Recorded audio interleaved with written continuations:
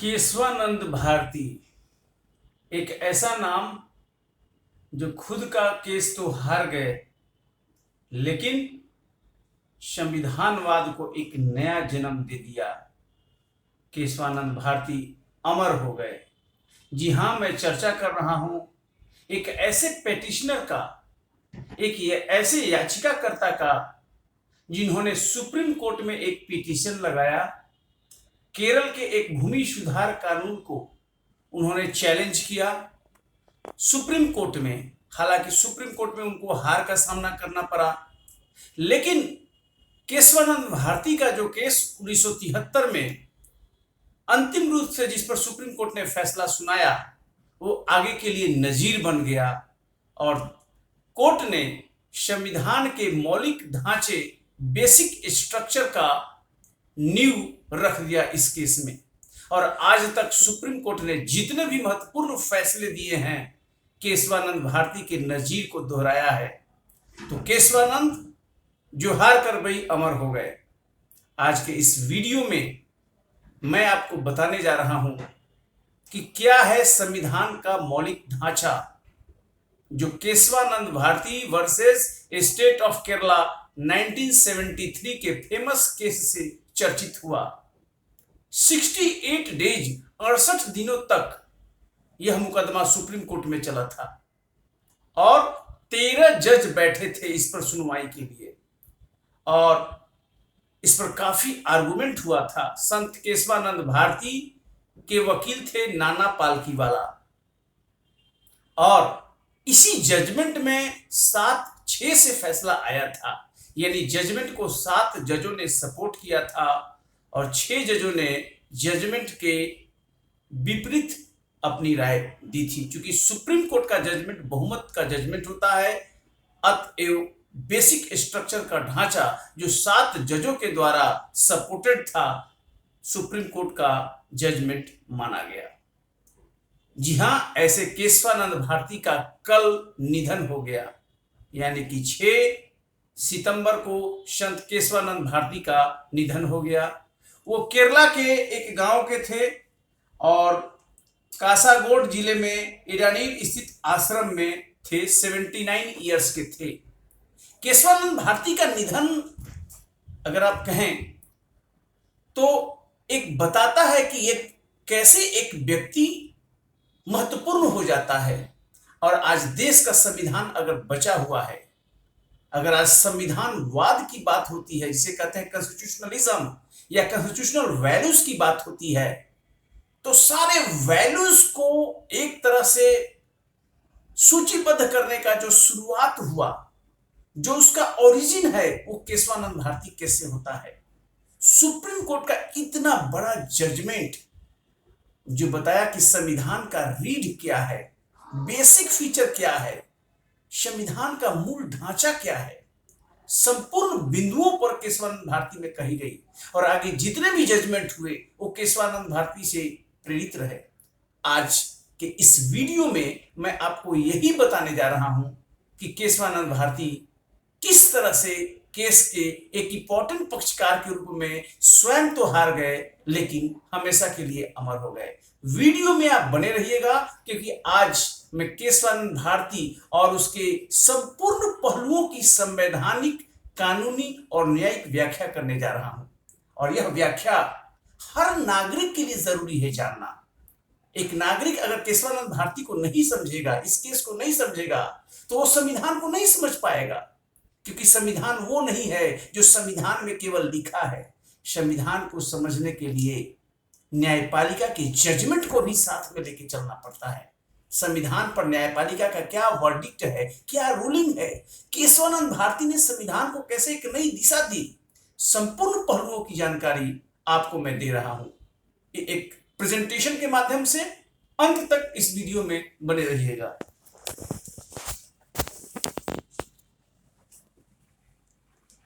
तो इसका ये मूल बात है, संत केशवानंद भारती का जो निधन हुआ है, ये 6 सितंबर को जो हार कर भी अमर हो गए। और आज एक्सप्लेनर के रूप में आपके सामने है बेसिक स्ट्रक्चर।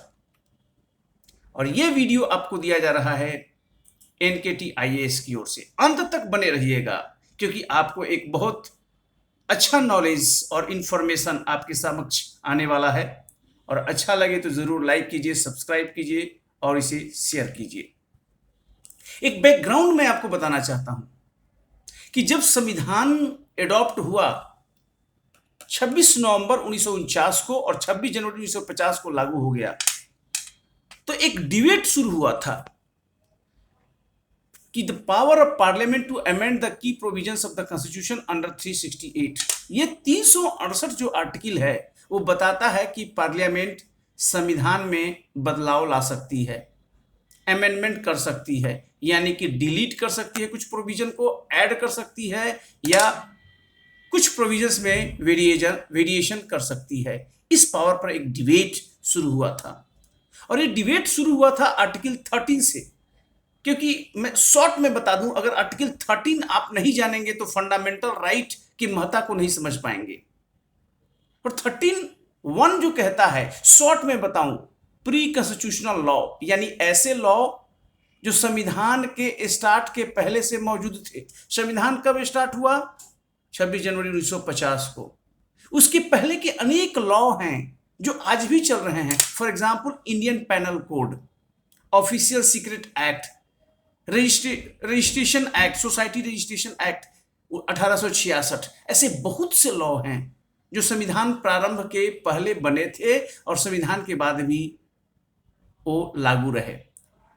13(1) क्या कहता है? 13(1) कि ऐसा कोई भी लॉ जो प्री कॉन्स्टिट्यूशनल लॉ यानी संविधान पूर्व विधि मूल अधिकार का उल्लंघन नहीं कर सकता है, यानी पार्ट 3 फंडामेंटल राइट को वायलेट नहीं कर सकता है। And to the extent of violation that pre law shall be null and void, यानी कि फंडामेंटल राइट को प्री कॉन्स्टिट्यूशनल लॉ वायलेट नहीं करेगा। और पोस्ट कॉन्स्टिट्यूशनल लॉ, यानी जो नया लॉ बना संविधान स्टार्ट होने के बाद, जो नया लॉ बना, कौन लॉ बनाएगा? चाहे पार्लियामेंट या विधानसभाएं, राज्यों की विधानसभाएं, विधानमंडल, वो भी वायलेट नहीं करेगा। न तो संविधान पूर्व की विधि और न संविधान पश्चात विधि, ये दोनों फंडामेंटल राइट को वायलेट नहीं करेगी। ये गारंटी 13(1) और 13(2) संवैधानिक बात है। और ये भी कहा गया कि लॉ में क्या आएगा, किस तरह, कौन कौन सी चीजें लॉ में आती है। तो ये डिफिनीशन है, law includes ordinance, order, bylaw, rule, regulation. बताया गया है 13(3) में कि लॉ में क्या क्या आता है। तो ये बातें 13(1) में कही गई है, जो कि पार्ट 3 फंडामेंटल राइट में आता है। न हुआ क्या कि जब संविधान स्टार्ट हुआ तो पंडित नेहरू प्रधानमंत्री बने और उनके सामने सबसे बड़ा चैलेंज था कि देश को विकास के रोड पर कैसे ले जाया जाए। और इसमें सबसे बड़ा प्रॉब्लम ये था कि अधिकांश जमींदारों के पास थे, उनसे जमीन छीनने जाओ तो वो कहते कि भाई राइट टू प्रॉपर्टी, संपत्ति का अधिकार तो मूल अधिकार था। आपको पता है राइट टू प्रॉपर्टी पहले मूल अधिकार था, और कोई लेने जाता था, मूल अधिकार सरकार लेती थी रोड बनाने के लिए, तो वो लोग सीधे सीधे कोर्ट में जाता था, हमारा मूल अधिकार का हनन हो गया, मेरा मूल अधिकार का रक्षा किया जाए। और आपने अभी देखा कि मूल अधिकार का कितना इंपॉर्टेंट है, कोई भी लॉ मूल अधिकार का उल्लंघन नहीं कर सकती है। पंडित नेहरू का यहाँ पर मास्टर स्ट्रोक, मास्टर प्लान क्या था, वो इंपॉर्टेंट है उसको समझना। और उन्होंने पहला संविधान संशोधन किया, the first amendment to the constitution that was done in 1951। इसका उद्देश्य कितना बड़ा है, क्योंकि ये आज भी डोमिनेटिंग है। इसे कहते हैं 9th शेड्यूल, 9वीं अनुसूची जोड़ी गई। आप जानते होंगे मूल संविधान यानी ओरिजिनल कॉन्स्टिट्यूशन में 8 अनुसूची थी, और ये 9वां अनुसूची पहले संविधान संशोधन जो 1951 में किया गया उसके द्वारा जोड़ा गया। और क्या हुआ, एक नया आर्टिकल ऐड हुआ 31B, और 31B एक नया आर्टिकल कैसे ऐड हुआ? फर्स्ट अमेंडमेंट के द्वारा, और इसके साथ एक 9th शेड्यूल भी जोड़ा गया। और कहा गया कि कोई भी लॉ जो बनता है, चाहे वो पार्लियामेंट बनाए या राज्यों की विधानमंडल बनाए, अगर उस लॉ को 9th शेड्यूल में आप डाल देते हैं, इनकॉर्पोरेट कर लेते हैं, उसमें डाल देते हैं, तो फिर न्यायपालिका उसका जांच नहीं कर पाएगा, उस कानून को रद्द नहीं कर पाएगा। ये तुरूप का पत्ता साबित हुआ। शुरू में एक से एक लॉ बने, लेकिन लॉ को कोर्ट कहता था कि नहीं, आप तो फंडामेंटल राइट का वायलेट करते हैं, आपका नल एंड वॉइड है, गलत है।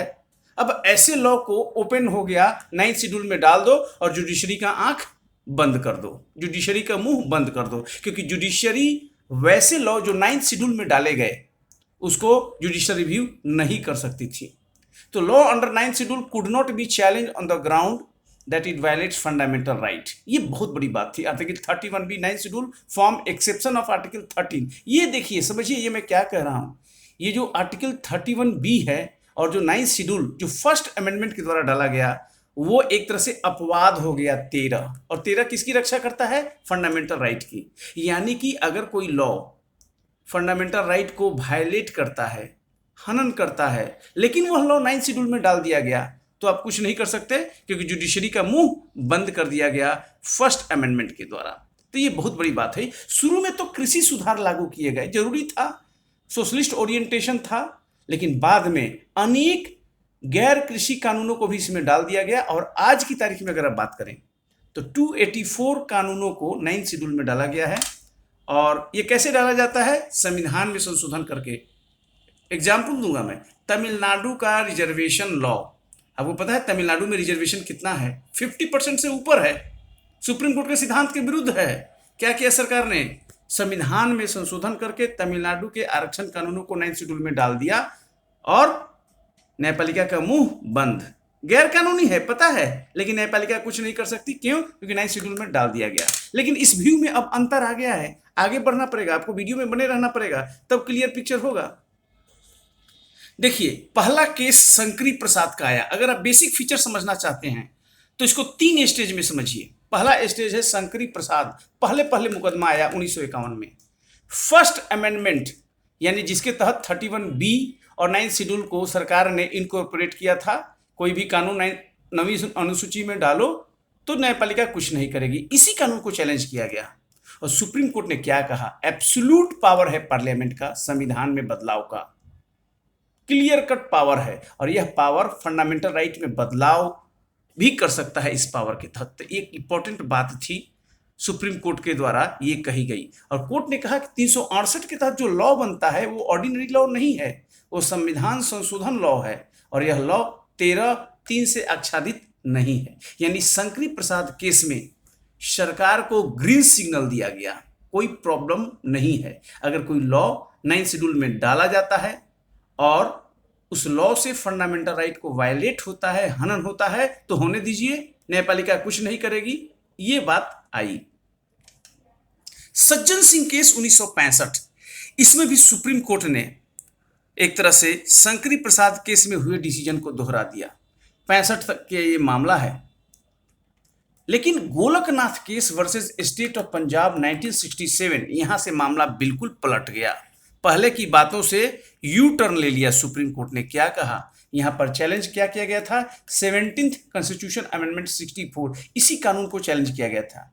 पार्लियामेंट ने संविधान में संशोधन किया था, ये 17वां संविधान संशोधन था, इसको चैलेंज किया गया और सुप्रीम कोर्ट ने 6-5 से मेजोरिटी में फैसला दिया। और क्या कहा सुप्रीम कोर्ट ने अपने ही पहले के फैसले से यू टर्न ले लिया और कहा कि no, parliament can not amend part 3 of the constitution. आप फंडामेंटल राइट में बदलाव नहीं कर सकते हैं, क्योंकि फंडामेंटल राइट इतना ट्रांसीडेंटल है, इंपॉर्टेंट है, उसमें बदलाव नहीं कर सकते हैं। तो एक तरह से गोलकनाथ का ये फैसला था 6-5 से, और कहा कि फंडामेंटल राइट वेरी इंपॉर्टेंट है, भले ही 9th शेड्यूल में आप डाल दीजिए। क्या हुआ? कोई भी लॉ, चाहे वो 9th शेड्यूल का ही लॉ क्यों हो, अगर फंडामेंटल राइट को वायलेट करता है, to the extent of violation that law shall be declared null and void. Golaknath के फैसले से आप सोच रहे होंगे कितनी बेचैनी हुई होगी सरकार को, क्योंकि सरकार विकास के पथ पर आगे बढ़ रही थी और संपत्ति का अधिकार भी उस समय मूल अधिकार था। ना वो किस तरह से क्या किया जाए, क्योंकि कोई भी कानून बने लोग कोर्ट में चले जाते थे, माय लॉर्ड मेरे फंडामेंटल राइट का उल्लंघन हो रहा है, ये इशू था। और गोलकनाथ ने एक तरह से सरकार को लगाम लगा दिया कि आप फंडामेंटल राइट में बदलाव नहीं कर सकते हैं, fundamental rights are so transcendental. Government का रिएक्शन स्वाभाविक था, आप जानते हैं, बहुत स्वाभाविक था गवर्नमेंट का reaction. 67 government wanted to get, और गवर्नमेंट चाहती थी किस तरह से गोलकनाथ फैसले को दबा दिया जाए, किल किया जाए। लेकिन फैसला गोलकनाथ के अलावा आरसी कूपर केस का भी था 70 का, और माधवराव सिंधिया का भी केस 70 में हुआ था। ये तीनों केस में सुप्रीम कोर्ट ने क्या कहा था? पार्लियामेंट का पावर अनलिमिटेड नहीं है, फंडामेंटल राइट में आप बदलाव नहीं कर सकते। एज ए रिजल्ट, और सामने कौन था सरकार का मुखिया? जान लीजिए, ये सरकार का मुखिया थी इंदिरा गांधी, और इंदिरा गांधी को कौन चैलेंज किया? सुप्रीम कोर्ट ने। गोलकनाथ का पहला चैलेंज आया। सरकार ने क्या किया? इंदिरा गांधी ने 4 संविधान संशोधन किए। 4, पहला 24वां संशोधन 71, 25वां संशोधन 71, 26वां संशोधन 71 और 29वां संशोधन 72। अब पूरी तरह संविधान को एक तरह से काफी इसमें बदलाव किए गए, और बदलाव करके उन्होंने 13(4) और 368 में भी बदलाव किए, और कहा पार्लियामेंट कोई भी बदलाव कर सकती है 368 के तहत, और उसको कोई नहीं रोक सकता। इन चारों संविधान संशोधनों को 24, 25, 26, 29 ये 4 अमेंडमेंट संविधान में किए गए थे 368 के तहत। इसको चैलेंज किया गया कहाँ? केशवानंद भारती में, जिनका कल केशवानंद भारती केस में चैलेंज किया गया था। अब देखिए, केशवानंद भारती, ये केशवानंद संत हुए हैं, संत केशवानंद, उनका कल डेथ हुआ है, और इन्हीं पर मैं चर्चा कर रहा हूं। यह केस डिसाइड हुआ था 24 अप्रैल 1973। लैंडमार्क डेट है, भारत का इतिहास इस डेट से जुड़ा हुआ है, संवैधानिक इतिहास। आप कभी भी इस डेट को नहीं भूल सकते हैं। 24 अप्रैल 1973, इसी डेट को केशवानंद भारती डिसाइड हुआ था। 13 जज बैठे थे, 13 जजों ने 68 दिन तक सुनवाई की थी, और इसके चीफ जस्टिस भारत के थे S.M. सीकरी। 7-6 से फैसला हुआ था। क्या कहा था सुप्रीम कोर्ट ने? Landmark judgement declaring that the parliament can not alter or disturb the basic structure of the constitution. Milestone था सुप्रीम कोर्ट के जजमेंट का। कहा था कि आप पार्लियामेंट कभी भी अल्टर और डिस्टर्ब नहीं कर सकती जो बेसिक फीचर है, संविधान का जो मूल ढांचा है, बेसिक फीचर है, उसमें बदलाव नहीं किया जा सकता है पार्लियामेंट के द्वारा संविधान में संशोधन करके। Supreme court gave famous doctrine. वो डॉक्ट्रिन देखिए, doctrine of implied and inherent limitations, यानी कि ये लिमिटेशन है पार्लियामेंट का। पार्लियामेंट एब्सोल्यूट पावर नहीं है कि जो चाहो संविधान को बदल दो, नए ढंग से लिख दो, ऐसा नहीं है। ये इम्प्लाइड है, यानी उसी में निहित है, इनहेरेंट है, उसी में मिला हुआ है। लिमिटेशन यानी पार्लियामेंट अनलिमिटेड पावर नहीं है। It concluded that Parliament has no absolute power under 368 to amend the Constitution. It held that the Parliament has unfettered power. However, it held to amend the Constitution. आप amend कर सकते हैं, जो चाहिए amend कीजिए, supreme court ने कहा, लेकिन आप बेसिक फीचर्स को डिस्टर्ब नहीं कर पाइएगा। Structure of fundamental features of the constitution, जो मूल ढांचा है, उसको आप नहीं बदल पाइएगा। बाकी आप जो करना है करिए, कोई दिक्कत नहीं है। सुप्रीम कोर्ट ने कहा पार्लियामेंट को सारा पावर है 368 के तहत संविधान में बदलाव का, लेकिन आप फंडामेंटल फीचर यानी जो संविधान की रीढ़ है, मूल ढांचा है, उसमें बदलाव नहीं कर पाइएगा। That means fundamental rights can be amended under 368। Fundamental right में बदलाव कीजिए, कोई दिक्कत नहीं है। ग्रीन सिग्नल था, यानी गोलकनाथ केस के फैसले को पलट दिया गया यहाँ पर। गोलकनाथ में क्या कहा था? फंडामेंटल राइट में बदलाव नहीं किया जा सकता है। सुप्रीम कोर्ट ने केशवानंद भारती में कहा कि yes you can change the fundamental right under 368, but मूल ढांचा में बदलाव नहीं कर पाइएगा। और इस प्रकार मूल ढांचे का कॉन्सेप्ट आया, ये जान लीजिए। आगे का जजमेंट में मूल ढांचे का इस प्रकार का कंसेप्ट आ गया। अब यहाँ पर आगे भी जो जजमेंट हुए इसी से प्रभावित थे। इंदिरा गांधी वर्सेस राजनारायण 1975, इसमें केशवानंद भारती के आधार पर इसमें फैसला हुआ। Minerva mills versus union of India 1980, Waman Rao versus union of India 1981, IR Coelho versus state of Tamil Nadu 2007। और इसके बारे में आपको बता दूं, ये 2007 का मुकदमा है IR Coelho versus state of Tamil Nadu. यहाँ सुप्रीम कोर्ट ने कहा कि केशवानंद भारती का जो कट ऑफ डेट है 24 अप्रैल 1973, इस डेट के बाद जितने भी कानून 9वीं अनुसूची में डाले गए हैं, they are open to challenge in the court. उन सबको कोर्ट में चैलेंज किया जा सकता है इस ग्राउंड पर कि ये कानून जो 9वीं अनुसूची में डाले गए हैं 24 अप्रैल 1973 के बाद वे मूल ढांचे का उल्लंघन करते हैं। तो ये बहुत इंपॉर्टेंट बात थी। इसके बाद supreme court advocate on record association versus union of India 2016 का मुकदमा है, जिसमें 99th अमेंडमेंट एक्ट 2014 और national judicial appointment commission act 2014 को सुप्रीम कोर्ट ने इस आधार पर रद्द कर दिया कि न्यायिक स्वायत्तता, न्यायिक स्वतंत्रता संविधान का मौलिक ढांचा है और इसको बदलाव नहीं किया जा सकता है। However, Supreme Court did not define the term basic structure. आज तक सुप्रीम कोर्ट ने डेफिनेशन नहीं दिया, मूल ढांचा है क्या, क्या है basic structure, and only listed few principles, सूची एक दे दिया, अलग अलग केस में कहा ये ढांचा मूल ढांचा है, ये मूल ढांचा है, ये मूल ढांचा है, डेफिनेशन नहीं दिया एज बीइंग इट्स पार्ट। अब देखिए क्या क्या मूल ढांचा है अलग अलग में। सुप्रीमेसी ऑफ द कॉन्स्टिट्यूशन, संविधान की सर्वोच्चता, ये मूल ढांचा है, पार्लियामेंट इसको नहीं बदल सकती है। रूल ऑफ लॉ, कानून का शासन। इंडिपेंडेंस ऑफ द जुडिशियरी, न्यायपालिका की स्वायत्ता जो अभी मैं बताया। Doctrine of separation of powers, यानी कि शक्तियों के पृथककरण का सिद्धांत। Sovereign democratic Republic, sovereign democratic और रिपब्लिक। संप्रभु लोकतांत्रिक गणराज्य। The parliamentary system of government जो हमारे देश में है, मौलिक ढांचा का हिस्सा है। कोई चाहे कि राष्ट्रपति प्रणाली शासन बना दे, not possible. The principle of free and fair elections, ये जो चुनाव है फ्री और फेयर, मौलिक ढांचा। वेलफेयर स्टेट, ये प्रियम्बल में भी है, मौलिक ढांचा है। इसके अलावा अन्य बहुत से प्रिंसिपल्स को सुप्रीम कोर्ट ने अलग अलग जजमेंट में संविधान का मौलिक ढांचा माना है। और मौलिक ढांचा यानी बेसिक स्ट्रक्चर, जिसमें कि कोई चुनाव कोई नहीं किया जा सकता है, मतलब उसमें पार्लियामेंट उसमें बदलाव नहीं कर सकती है। अब आपके लिए दो क्वेश्चन, बहुत इंपॉर्टेंट क्वेश्चन मैं दे रहा हूं जो यूपीएससी में पूछा हुआ है।